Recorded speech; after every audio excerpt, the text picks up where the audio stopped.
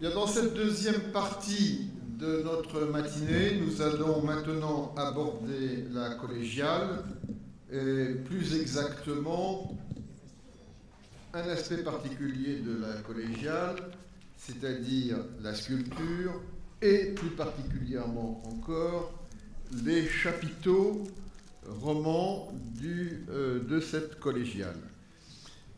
La question va vous être exposée par Damien Bernet, conservateur au musée de Cluny, et par Philippe Plagneux, professeur d'histoire de l'art du Moyen-Âge à l'université de Paris-Panthéon-Sorbonne.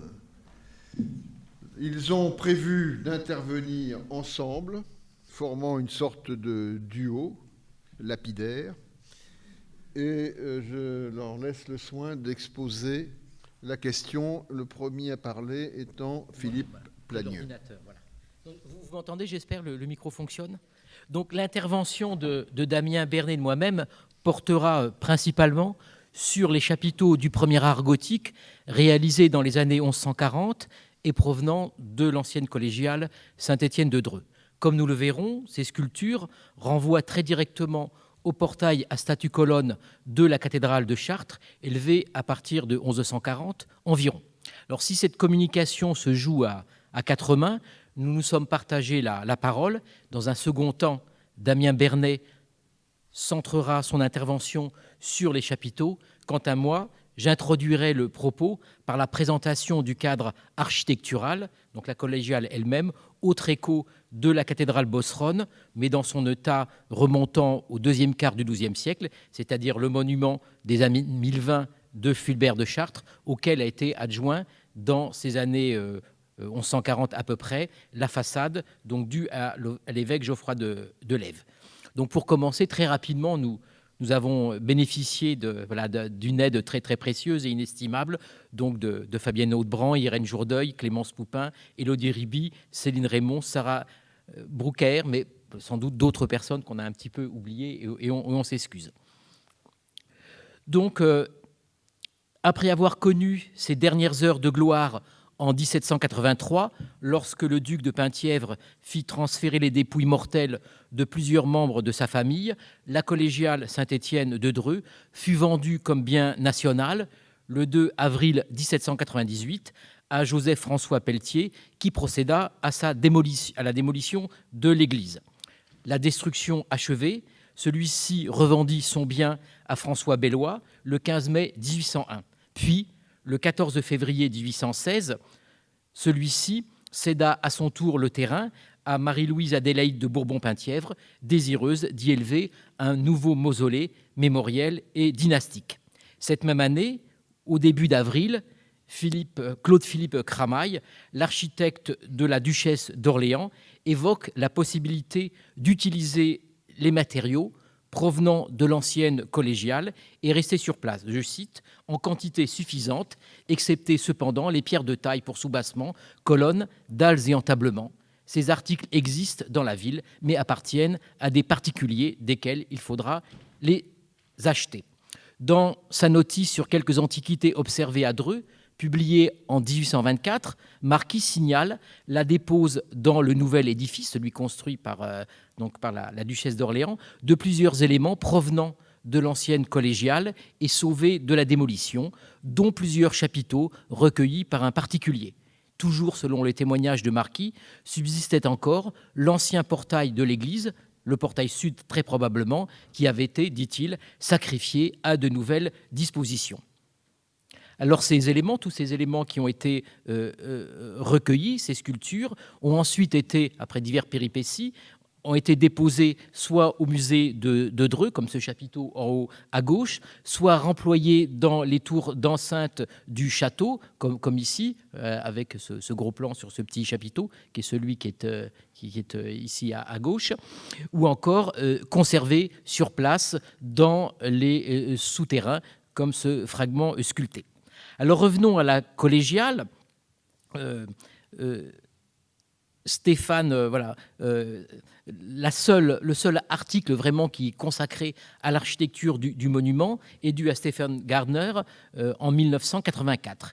Et selon lui, le chantier doit remonter aux années 1130. Partant, il se livre à des comparaisons avec la production sculptée contemporaine de l'Île-de-France et avance l'idée d'un monument constituant un jalon important pour la naissance du premier art gothique. Aussi se livre-t-il à une série de spéculations concernant les voûtes du chevet, possiblement, selon lui, des ogives, mais ce qui n'est guère probable en raison de la structure même des piles composées, celle à l'articulation des chapelles rayonnantes et du déambulatoire, qui ne correspondent pas du tout à des supports pouvant correspondre à des ogives. En tout cas, afin d'asseoir la chronologie du monument, donc à partir des années 1130, Stéphane Garner convoque un acte de Louis VI, rédigé un peu avant août 1131, par lequel le roi autorise l'abbé de Saint-Étienne-de-Dreux à attribuer, avec l'accord du chapitre, les prébendes aux personnes de son choix, comme il est de règle dans les autres églises royales. Dans cet acte, Louis VI emploie même l'expression pour l'Église, pour désigner l'Église, nostro constructa, qui, selon Stéphane Garner, indiquerait un monument en cours de chantier. Il convient toutefois de ne pas surinterpréter cette mention. Celle-ci renvoie plus probablement au fait qu'il s'agit d'une église royale. Et plus encore, c'est faire fi de l'inscription épigraphique du XIIe siècle qui se trouvait scellée à l'intérieur de l'église, aujourd'hui déposée au musée de Dreux. Et celle-ci, cette inscription du XIIe siècle, précise que la construction commença en 1142, en substance, voilà, je vous donne en substance, à 1100, ajouté 4 x 9, la 6e année qui suit, il est dit que cette maison a été fondée, donc 1100, plus 4 x 9, 36, plus 6, donc ce qui nous donne 1142. Voilà. Donc, une datation à partir de 1142 se trouve confirmée par les chapiteaux historiés, encore conservés, qui dérivent des portails à statue-colonne de la cathédrale de Chartres, donc entreprise, je l'ai dit, un peu avant 1140, c'est la partie de Damien Bernet.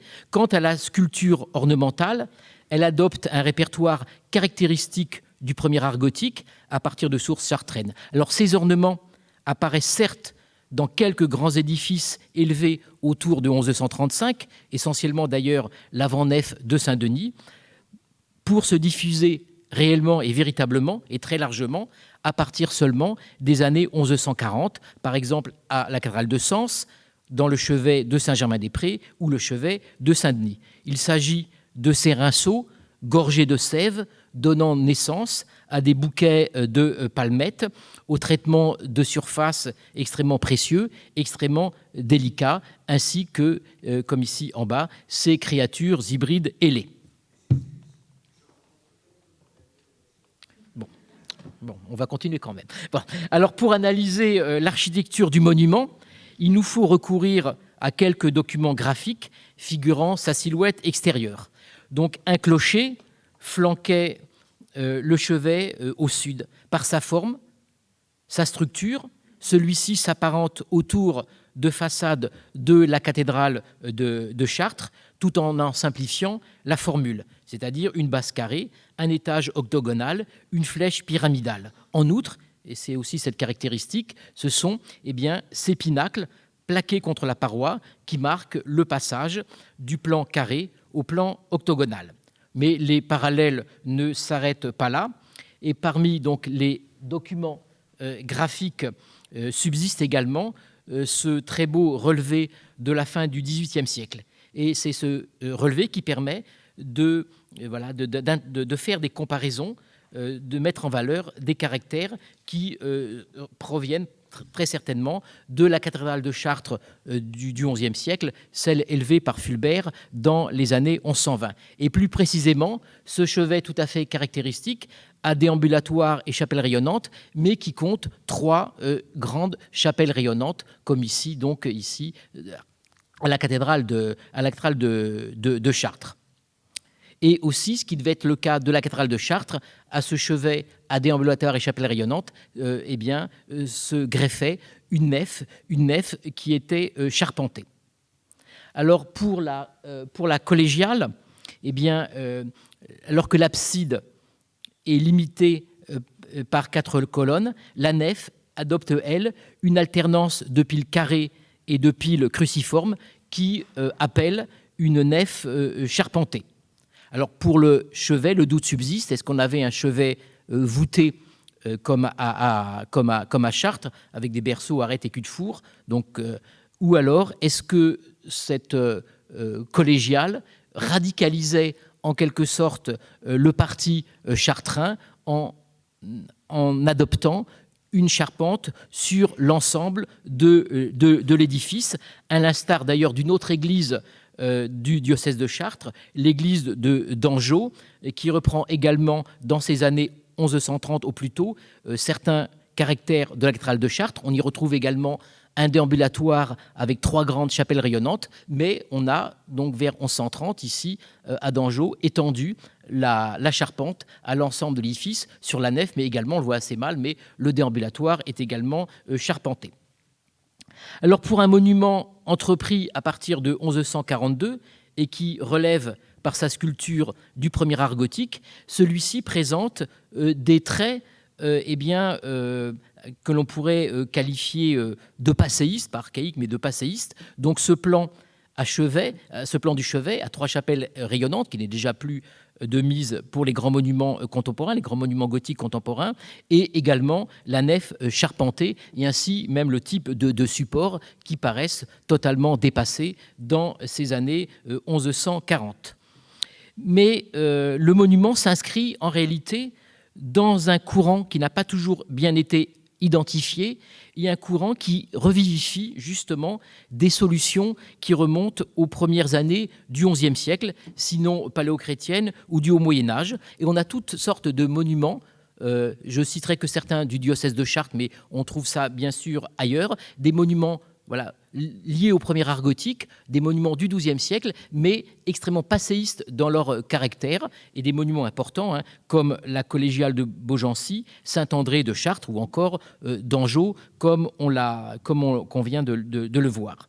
Et convoquer des éléments en quelque sorte hors des modes et jugés comme dépassés permettait aux communautés monastiques et surtout canoniales, comme ici, ces communautés qui étaient réceptives à l'esprit de réforme, d'idéaliser l'austérité et la vertu des premiers temps chrétiens. Et cela serait peut-être à mettre en lien avec justement les premiers contes de Dreux, qui semblent assez ouverts vers la réforme. Je viens de voir tout à l'heure Guylain Brunel, conservateur aux Archives nationales, qui travaille justement sur Robert Ier, et qui m'a dit que Robert Ier, justement, qui était à l'initiative probablement de cette église, est quelqu'un qui est extrêmement proche des ordres réformés, et notamment des prémontrés. Donc ça peut être aussi effectivement un acte presque spirituel d'un monument qui présente des éléments qui sont hors des modes en quelque sorte. Alors examinons cependant la possibilité d'une datation précoce avancée par Stéphane Garner, mais pour une seule partie de l'édifice, la nef, et cette nef qui peut-être pourrait témoigner d'une phase antérieure à celle du chevet. Et dans cette hypothèse, le chevet serait la seule partie concernée par l'inscription épigraphique qui mentionne cette date de 1142. Donc si un manuscrit de 1692 situe cette inscription près de la grande porte, donc à main droite en entrant dans l'église, du côté de la façade, une autre source, donc un second manuscrit rédigé en 1718, selon lui, l'inscription se trouvait au-dessous d'une fenêtre entre la chapelle de la Vierge et la chapelle Saint-Jacques, c'est-à-dire dans le déambulatoire, ici, à cet emplacement. Donc, on pourrait émettre l'hypothèse que seul le chevet est concerné par cette inscription. Donc, précisons qu'il existe, ce qui rend les choses un peu compliquées, 2 versions de cette inscription, celle en original du XIIe siècle et une version plus courte qui a été réalisés à la toute fin du Moyen-Âge, sans qu'on connaisse malheureusement leurs emplacements respectifs. Alors, examinons cette possibilité. Alors, pour le chevet, il n'y a pas trop de problème. Les chapiteaux, je ne vais pas être trop long, mais ont toute chance de provenir effectivement de ces chapiteaux du premier art gothique, de ce chevet lui-même. Mais qu'en est-il de la nef? Alors, en réalité, le monument paraît parfaitement homogène. Il existe un dessin des années 1830 qui montre l'un des portails de la nef peut-être le portail central, mais plus certainement ici, occidental, plus certainement le portail sud, qui ouvre sur la nef. Et la voussure ornementale retombe sur 2 chapiteaux qui surmontent des colonnettes en délit dotées de bases à griffes. Et ce type même de voussure et son décor, les chapiteaux et le profil de ces bases, à griffes, appartiennent assurément au premier art gothique aux années 1140. Et d'ailleurs, 2 de ces chapiteaux dessinés qui proviennent du portail sont encore conservés et ont été remployés dans la tour grise. Et on reconnaît bien ici ce chapiteau-là et ici le deuxième qui est ce chapiteau qui est de l'autre côté dans l'ébrasement. Donc grosso modo, pour me résumer, donc ce monument a l'air bien totalement homogène et tout porte à croire qu'il a bien été réalisé à partir des années 1142, avec des sources architecturales qui renvoient à Chartres et également donc les chapiteaux, ce dont va vous parler Damien Bernet. Merci beaucoup.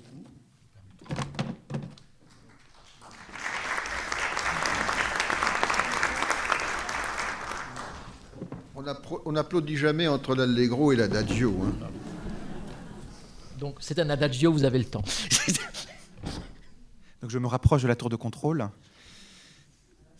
Pour faire suite aux propos de Philippe Plagneux, quelque part dans le cadre architectural que vient de camper Philippe, prenaient place 4 grands chapiteaux engagés, conservés aujourd'hui au musée d'art et d'histoire de Dreux. Leur dimension tout à fait compatible entre elles suggère qu'ils appartenaient au même ensemble. En effet, leur hauteur d'assise est la même, entre 44 et 47 cm. Ces 4 chapiteaux sont historiés et figurent des scènes de la vie du Christ. Il est donc probable qu'ils formaient, seuls ou avec d'autres chapiteaux disparus, un cycle christologique. 2 représentent des scènes de l'enfance du Christ. En haut, la Nativité, encadrée par la Visitation et l'Annonce au berger, et en bas, l'adoration des mages et la Vierge allaitant l'enfant. Les 2 autres représentent des scènes postérieures à la Passion. En haut, vous reconnaissez la mise au tombeau, et en dessous, les saintes femmes au tombeau le jour de la résurrection. En réalité, si l'on fait le compte des éléments sculptés du XIIe siècle, conservés au musée de Dreux au nombre de 8, et de ceux qui sont restés sur le site du domaine royal, il y en a 9, la plupart inédits, le corpus compte une bonne douzaine de pièces en plus des 4 chapiteaux historiés. Et davantage encore si l'on tient compte des éléments disparus mais documentés. Pour des raisons de temps, il ne sera pas possible de les évoquer dans le cadre de cette communication, mais Philippe Plagneux et moi-même nous proposons de publier un catalogue de ces éléments en annexe des actes du présent colloque. Cet inventaire permettra de faire le point sur la recension établie par Walter Kahn en 1974. En s'appuyant sur certaines des pièces que j'escamote, Philippe Plagneux vient donc de montrer que le décor sculpté végétal de la collégiale Saint-Étienne est tout à fait cohérent avec le répertoire ornemental développé à Chartres, puis acclimaté à Paris et à Saint-Denis dans les années 1130. Mais est-ce le cas de ces 4 chapiteaux historiés ?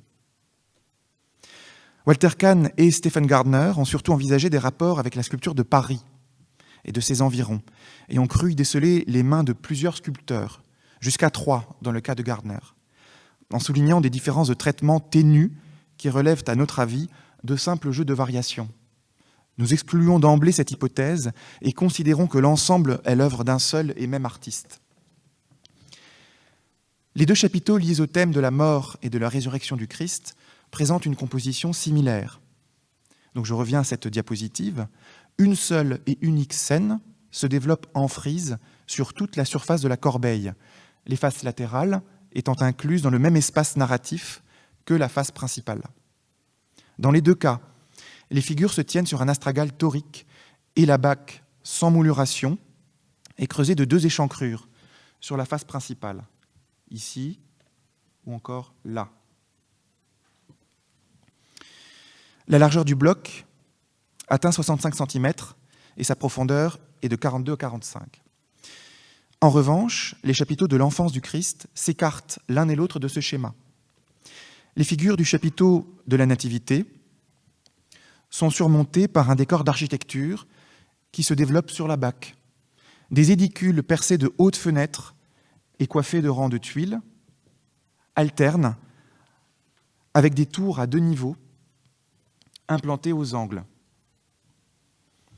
Indice de l'orientation du chapiteau de la Nativité, la Visitation, première scène figurée sur la corbeille dans le sens de la narration, se trouve à Senestre. Il est donc probable que le chapiteau était placé du côté sud. Il est comparable aux 2 premiers par ses dimensions.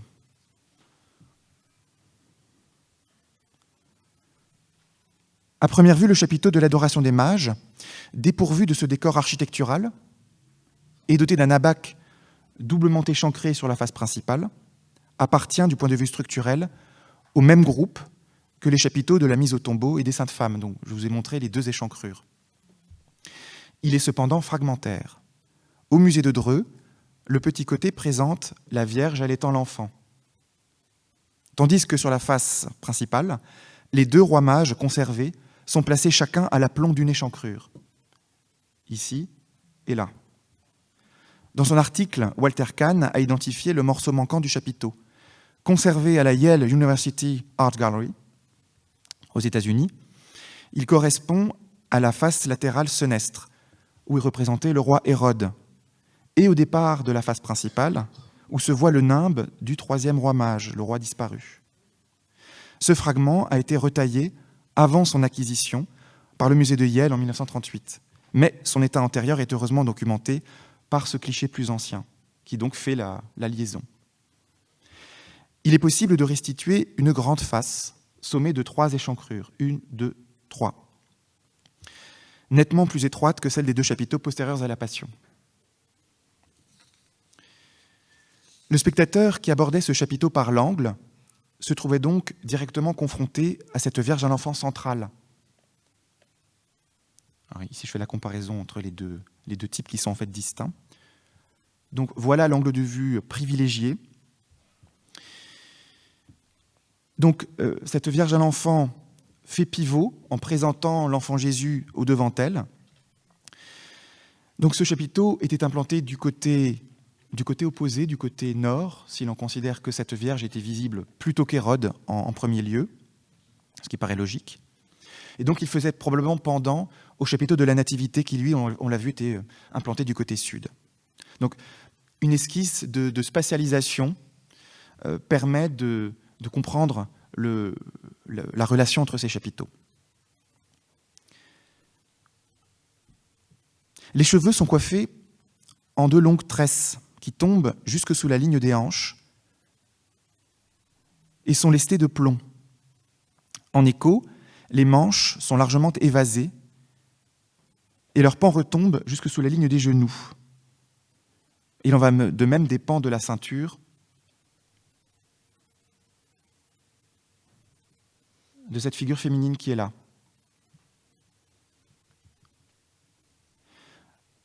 Il s'agit de 3 chapiteaux différents qui présentent 3 occurrences d'un type féminin spécifique. Ce type féminin très particulier,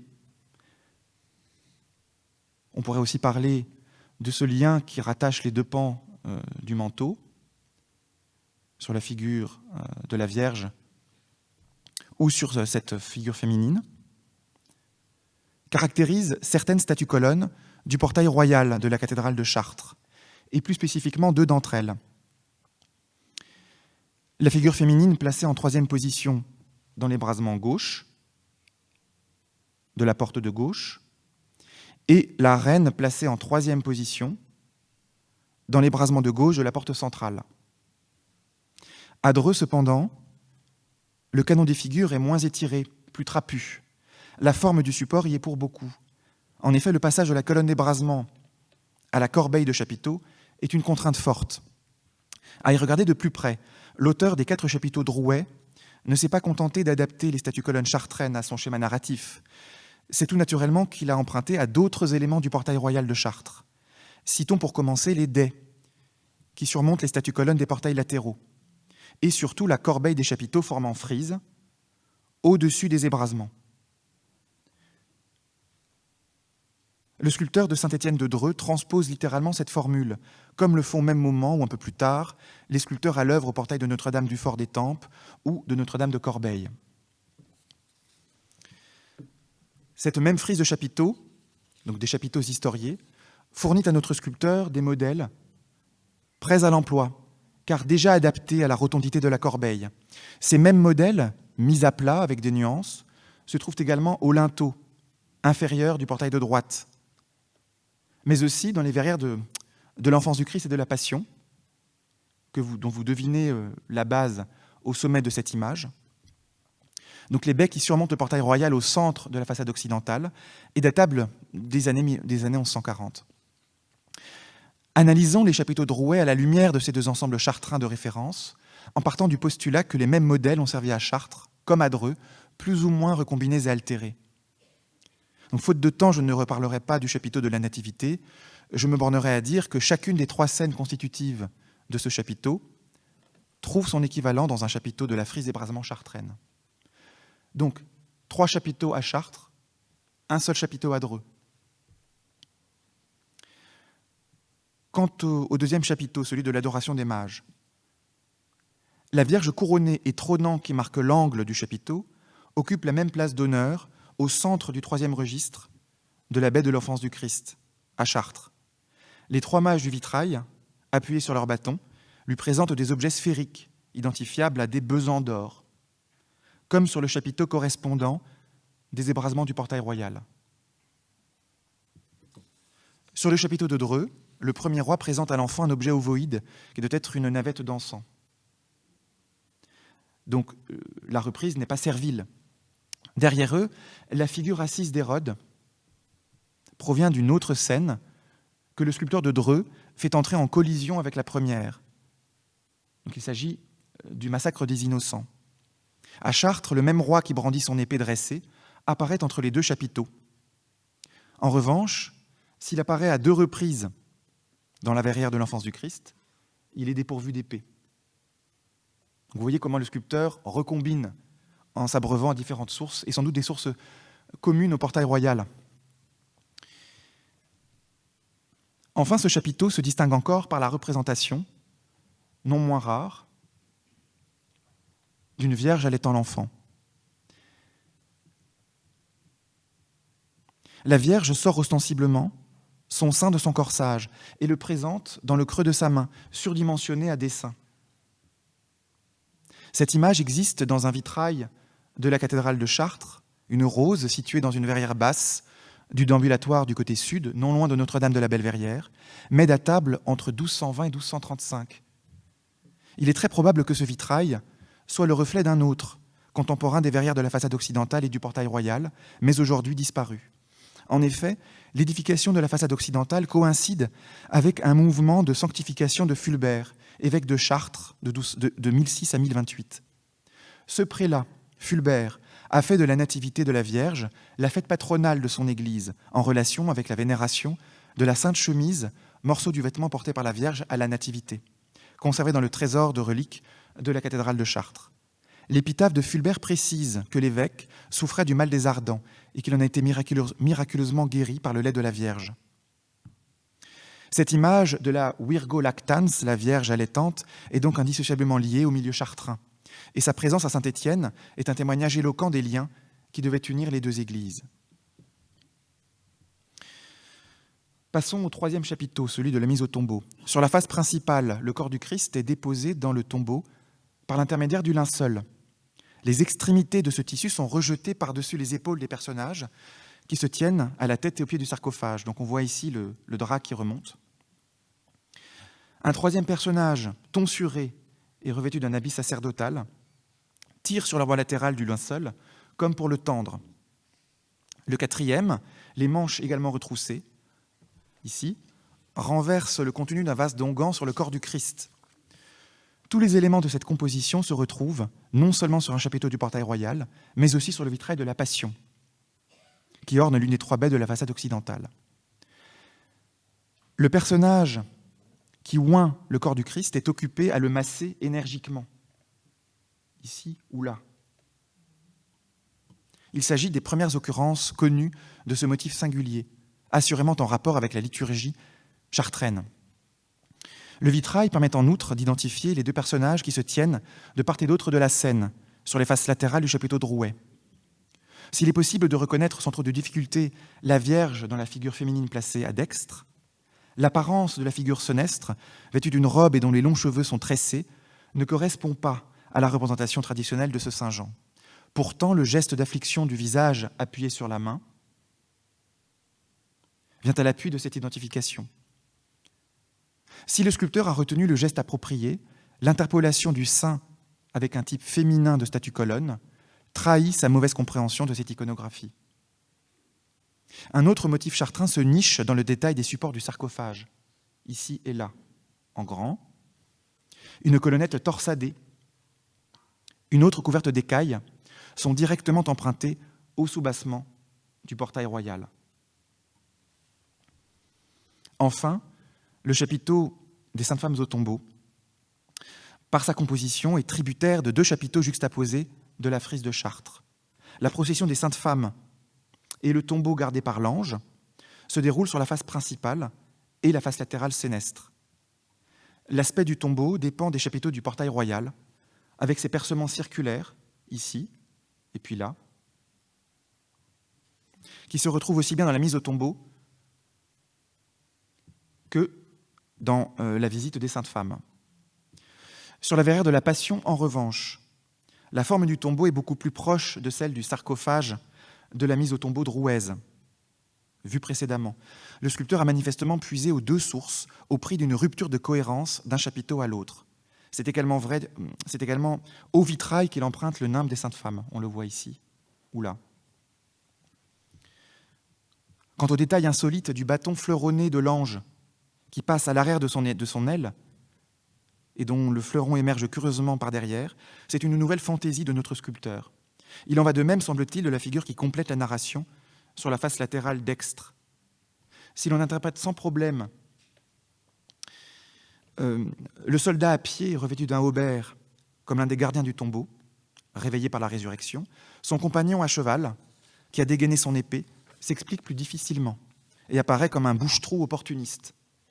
Sans doute le sculpteur l'a-t-il emprunté au type équestre des matrices de Sceaux, où on trouve encore ce type de représentation sur des pièces d'échecs en ivoire d'éléphant, comme ici, au musée de Châteaubriand. Maintenant que nous avons une idée des sources iconographiques de ces chapiteaux, reste à dire un mot de leur style et de leur dette envers les modèles chartrains, jusque dans les erreurs d'interprétation. À l'évidence, le sculpteur a éprouvé des difficultés à reproduire les figures longilignes, à la fois expressives et hiératiques, du portail royal. Le résultat est moins heureux qu'à la frise de chapiteau de Notre-Dame de Corbeil, par exemple, même si les dimensions des chapiteaux de Rouet sont bien supérieures à celles des chapiteaux d'Ébrasement, et que l'effet recherché n'est pas le même. Ces gros chapiteaux engagés étaient plus isolés et se prêtaient mieux à une approche du bloc que l'on pourrait qualifier de romane. Il n'en demeure pas moins que leurs figures sont lourdes, mal articulées à la structure de la corbeille, et certaines relations spatiales semblent mal comprises, les figures étant plaquées artificiellement. Tout se passe comme si le sculpteur, aux prises avec un programme iconographique aussi nouveau qu'exigeant, hésitait sur la façon de l'adapter au champ du chapiteau. Non seulement les scènes empruntées à la frise de chapiteau chartraine sont juxtaposées sans solution de continuité, à la façon de collage, mais encore le sculpteur semble se débattre avec la ligne de sol offerte par l'astragale. Ainsi, sur le chapiteau de la mise au tombeau, le personnage qui soutient la tête du Christ a les deux pieds bien campés sur l'astragale. Les deux suivants sont coupés à mi-mollet, tandis que le quatrième, ici, semble léviter au-dessus du sol. Cette maîtrise aléatoire de l'horizontale donne l'impression que le sculpteur déroule un bandeau narratif trop ajusté pour le volume du bloc et l'applique de travers. À vrai dire, l'origine de cet tâtonnement paraît tenir à la conception même du modèle chartrain. Parfaitement au fait des attentes ambitieuses du commanditaire, évêque ou chapitre cathédral, et des significations profondes du programme, les artistes actifs au portail royal ont contribué à définir un nouveau rapport entre l'image sculptée, son support et son contexte. L'image romane valait pour elle-même. Ici, l'image vaut par son articulation à d'autres images associées, formant un discours à l'échelle de la façade. La narration dépasse le cadre contraignant de la corbeille, dans laquelle l'image romane était cantonnée, et il s'écoule sur tous les brasements.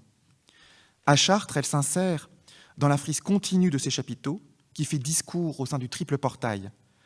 Chaque chapiteau prenant sens par rapport à ses voisins, comme si l'objet du discours n'était plus fait pour le champ d'expression, pour l'unité physique qu'est le chapiteau, mais débordait sur une aire plus large. À Dreux, à l'échelle d'une ou plusieurs travées, probablement dans le sanctuaire de la collégiale, le sculpteur a dû se livrer à pareil exercice à la demande des chanoines, dans une démarche sans doute adossée à la valorisation du lien avec le patron, le comte Robert de Dreux, et en filigrane le roi son frère. Le programme fixé était sans doute trop riche pour son support, et le défi qui consistait à réinvestir la matière chartraine en dehors de l'écosystème du portail royal, au-delà de la culture et de la formation du sculpteur. Les chapiteaux de Saint-Étienne de Dreux occupent une place importante dans la première sculpture gothique, non pas qu'ils forment un cycle du plus haut niveau d'élaboration comme son modèle chartrain, dont il ne pénètre pas toujours la subtilité, mais parce qu'ils reflètent l'ambition d'un chapitre important dans le maillage des fondations capétiennes et montrent de manière exemplaire que le langage formel de la première sculpture gothique est volontiers associé à un dessin politique. Non pas qu'il constitue un aboutissement précoce de cet art nouveau, mais il donne à voir dans toute sa complexité, y compris dans ce qu'il a d'émouvant, un processus d'adaptation, celui d'une génération d'artistes au point de bascule entre deux conceptions de l'image sculptée.